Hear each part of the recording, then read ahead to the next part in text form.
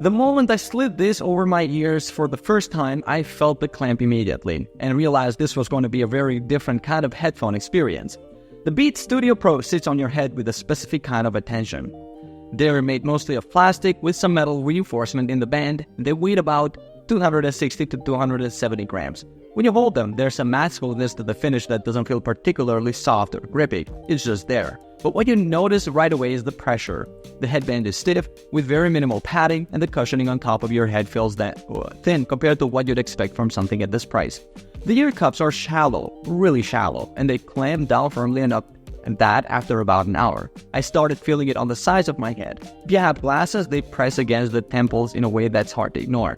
The hinges fold with a satisfying snap, but they also feel like the kind of thing that might loosen up with repeated use.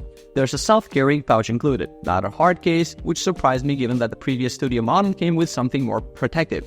When I run my fingers over the logo on the left ear cup, it's a physical button, and when you press it, you hear this loud clicking sound inside the headphones that reverberates right into your ear. It's not a subtle design choice, and it becomes something you either get used to or actively avoid by controlling everything from your phone.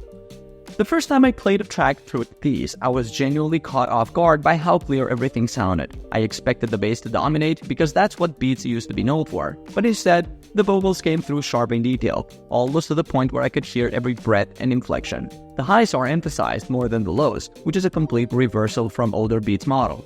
There's still bass, but it's not muddy or overpowering. It's controlled and punchy in a way that keeps the sound balanced.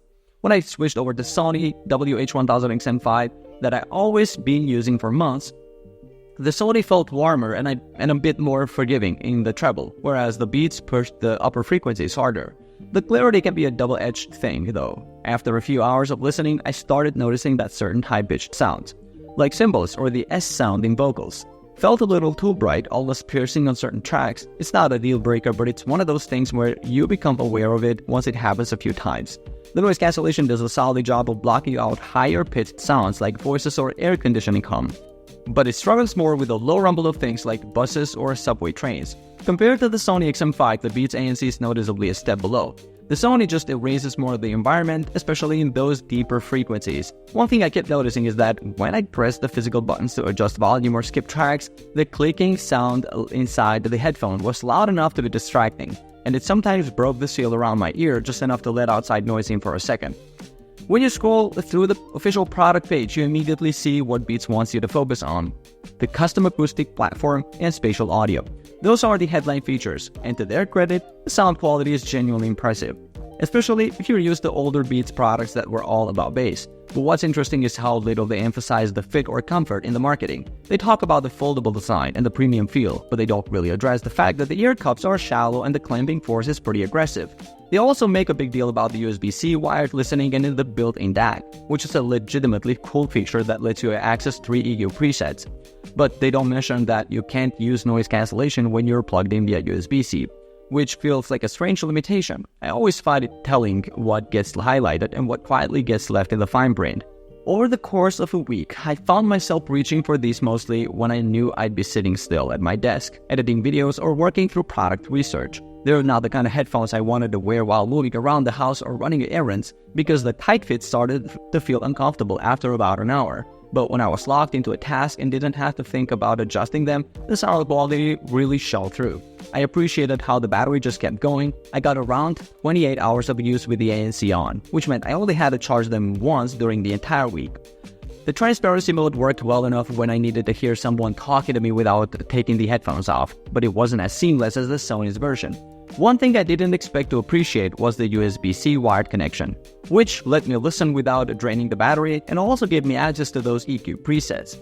It's the kind of thing you stop thinking about while using it, in a good way. You don't really notice how much the fit affects your experience until you switch to something with deeper, softer ear cups and realize how much more relaxed your ears feel. The shallow ear cups are probably the most noticeable issue. My ears kept brushing against the driver's inside, which became irritating over longer sessions. It's not a deal breaker for short listening periods, but something I kept noticing after a few hours. The lack of auto pause when you take the headphones off is another one of those small things that only becomes obvious after you've used other headphones that have it. I take them off to talk to someone, forget that they were still playing, and have to manually pause from my phone. The microphone quality is also surprisingly underwhelming for a $400 pair of headphones. call sounded hollow, and the noise rejection didn't do much to filter out background sound. It doesn't ruin the experience, but it's there.